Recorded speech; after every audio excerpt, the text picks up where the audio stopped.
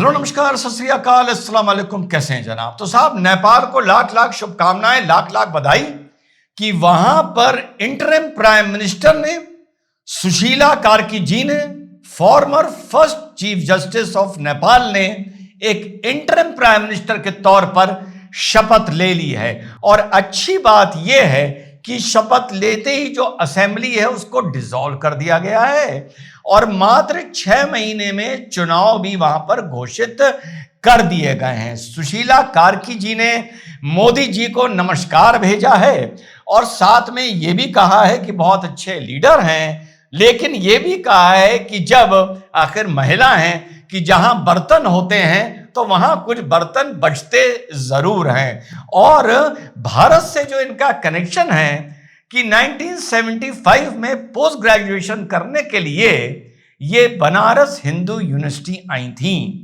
और यहीं पे इनकी मुलाकात दुर्गा प्रसाद जी से हुई थी, जो बाद में जाकर जिनसे इनका विवाह हुआ।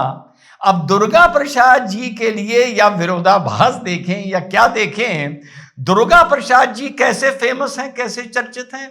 दुर्गा प्रसाद जी इस तरह से फेमस और चर्चित हैं कि नेपाल में 1973 के आसपास एक पॉलिटिकल प्लेन हाईजैकिंग हुई थी, उसमें इनका नाम था और जी हां, इनका उसमें हाथ था। और मजेदार बात यह है, जब पढ़ने पर मिलता है कि उस प्लेन में शूटिंग से के लिए आने जाने के सिलसिले में माला सिन्हा जी भी बैठी हुई थी। 2016 में ये चीफ जस्टिस बनी नेपाल की और बहुत ही ईमानदार ऑनेस्ट चीफ जस्टिस कहलाई।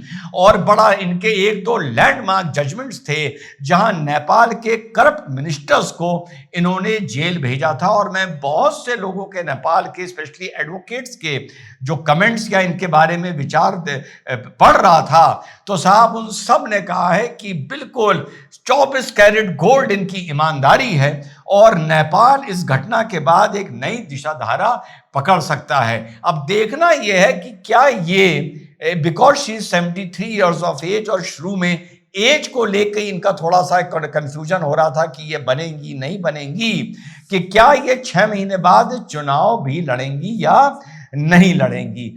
अब भारत को जो उन्होंने संदेश भेजा है साथियों, वो दौर चला गया है। दुनिया की जियोपॉलिटिक्स पिछले 20 साल में इतना बदली है कि किसी भी मुल्क को आप छोटा या कमजोर कह के नकार दें या उसको इग्नोर कर दें या उसको हल्के में ले लें। 2015 आते आते जो नेपाल की लगभग 20-25% आबादी है, मधेशी आबादी जिसको बोला जाता है, तराई बेल्ट की जो है, उनके कल्चरल रूट्स भारत से बहुत जुड़ते हैं। ये लोग ज्यादातर मैथिली और भोजपुरी भी बोलते हैं और सन 90 आते आते इनकी एक अलग आइडेंटिटी क्रिएट हो गई थी और ये non Nepali speaking Nepali citizens हैं।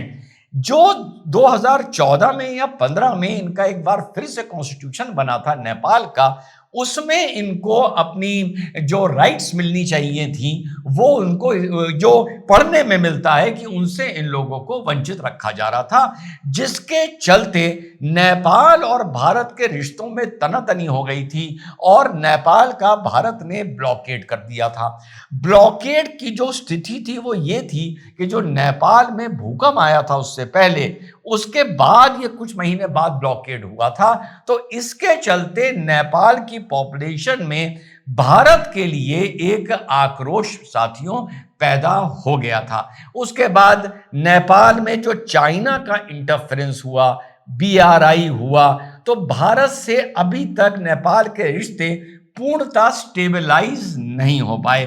कभी बहुत अच्छे बयान आते हैं, कभी एंटी बयान आते हैं। यह तय था जो KP ओली था वो भारत के बहुत ज्यादा खिलाफ था और बहुत अनाप शनाप गलत बयानबाजी भारत के लिए किया करता था। जहां तक जैसे राम जी के नाम को हाईजैक करके ले गए, राम जी नेपाल में पैदा हुए थे, या भारत को कोरोना वायरस से भी ज्यादा खतरनाक बताना वगैरह वगैरह, उनके जो अल्फाज थे वो वैसे ही थे। और अभी भी जाते जाते वो ऐसे ही बयानबाजी करके गया है कि भारत की वजह से ये मेरे साथ ये देखने को मिला है। हकीकत ये है कि जिस देश में 17 साल में 15 सरकारें बदल जाएंगी, वहां ये भविष्यवाणी करने की जरूरत ही नहीं है कि आने वाले वक्त में देखना, मैं बता रहा हूं कि नेपाल की सरकार गिरेगी। अरे वो तो गिरेगी गिरेगी। भविष्यवाणी ये थोड़ी कोई कर सकता है कि देखना, मैं बता रहा हूं कि पाकिस्तान हमेशा जलालत करता रहेगा, कमीनापन करता रहेगा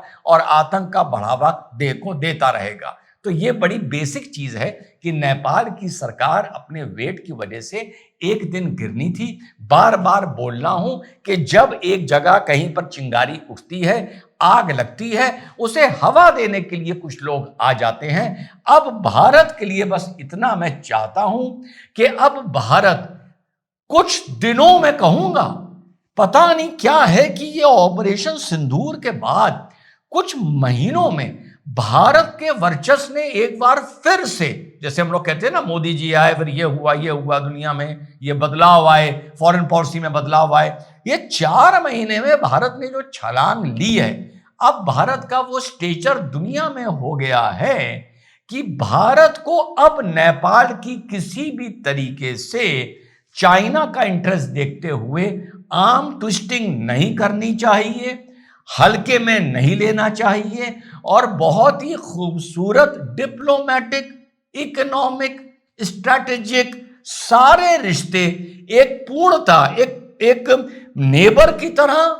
और एक पूरा सम्मान देते हुए नेपाल के साथ भी, अब जैसे अब नेपाल में नई शुरुआत हो रही है, भारत को भी एक नई शुरुआत करनी चाहिए। अब भारत उस स्टेज से चला गया है कि मैंने उस नेबर को डरा दिया या उस नेबर को धमका दिया। आज हालत यह है कि अमेरिका को समझ में नहीं आ रहा कि भारत को डील कैसे करें। ट्रंप कह रहा है कि 50% टैरिफ लगाना आसान थोड़ी है, भारत से रिश्ते बिगाड़ रहा है। कभी G7 से कह रहा है भारत के ऊपर 100% टैरिफ लगाओ, कभी यूरोप से कह रहा है भारत के ऊपर 100% टैरिफ लगाओ, कभी कह रहा है भारत हमारा मित्र है, भारत के साथ तो हमारा सेटलमेंट आराम से हो जाएगा, कभी कह रहा है जब तक टैरिफ का फाइनल नहीं होगा ट्रेड टॉक नहीं होगी, कभी कह रहा है ट्रेड टॉक हम कर रहे हैं, इसका टैरिफ से क्या मतलब। तो ये स्टेचर है भारत का। तो किसी भी मुल्क को, पड़ोसी को, और फिलहाल मैं नेपाल की बात कर रहा हूं, नेपाल को लाख लाख शुभकामनाएं, कतई हल्के में, रेटोरिक में नेपाल को हल्के में नहीं लेना चाहिए। अगर नेपाल में एक नई शुरुआत हो रही है तो भारत को उनके साथ पूर्णता एडजस्ट करके, पाकिस्तान के साथ कुछ और बोलता हूं, अमेरिका के साथ मैं कुछ और बोलता हूं, यूरोप के साथ कुछ और बोलता हूं, इतने दिन से आप सुन रहे होंगे कि कतई एडजस्ट नहीं करना चाहिए। लेकिन आज वही रिजवान अहमद बोल रहा है कि नेपाल के साथ पॉलिटिकली, डिप्लोमेटिकली, इकोनॉमिकली, सपोर्ट के पॉइंट ऑफ व्यू से, हर नजरिए से भारत को नेपाल का पूरा सपोर्ट करना चाहिए। जय हिंद, वंदे मातरम, खुदा हाफिज।